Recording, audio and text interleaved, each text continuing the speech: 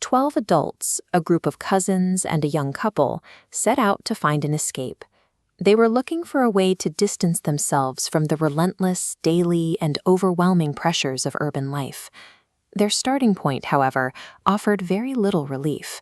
Chilas was defined by an old hotel, a dusty garden, and an oppressive, sweltering heat that felt like a direct contradiction to the cool mountain air they were seeking. To reach their target, Nanga Parbat, they would have to bridge a massive geographic gap. This meant leaving the sun-scorched plains and climbing thousands of meters toward one of the most imposing frozen peaks on the planet. At the edge of the wilderness, the group realized the mountain wouldn't be handed to them. Between the heat of Chilas and the silent peaks stood a series of physical barriers that were about to test their resolve. The transition begins at 0 point. This is where conventional travel ends and a much more hazardous reality takes over. Further progress requires a local jeep and a track that barely qualifies as a road. It is a narrow, unpaved ledge carved by hand directly into the sheer cliffside. For the travelers, safety is no longer in their own hands. They have to rely entirely on the steady nerves and expertise of the local drivers to navigate the vehicles along the drop-off.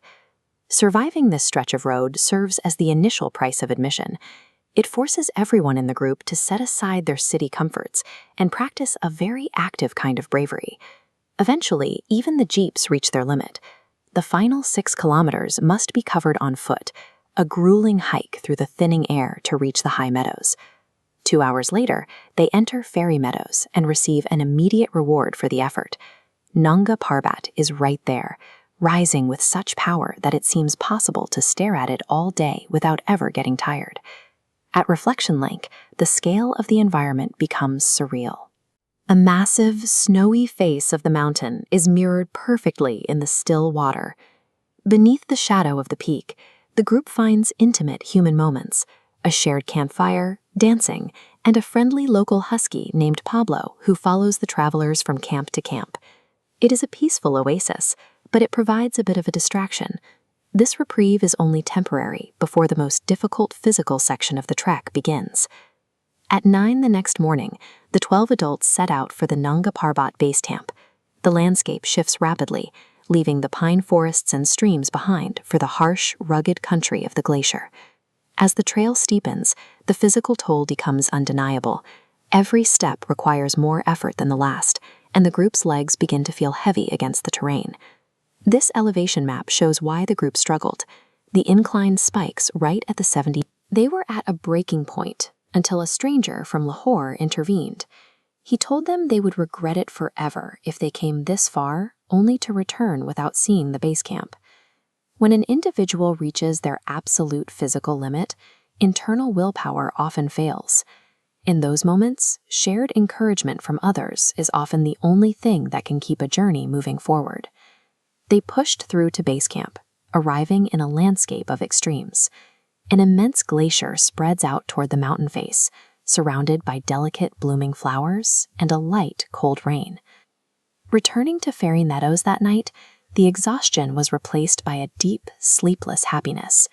The physical strain of the day was gone, traded for a sense of quiet accomplishment. They spent the night in a small world beneath a huge sky.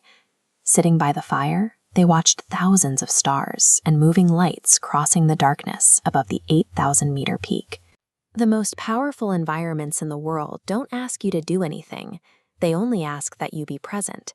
On the final morning, the group spent a few quiet hours by a clear, flowing lake. They took in the stillness of the water before beginning the long descent back to the world they left behind. As they headed down, the perspective had shifted. The cliffside jeep track that had seemed so terrifying on the way up now felt familiar and manageable. The trip proved that peace isn't found in a comfortable or insulated life. It is something earned through shared effort, family ties, and the grit required to reach a difficult view. The physical trek ends when the jeeps return to the valley, but for these 12 travelers, the mountain is no longer just a destination.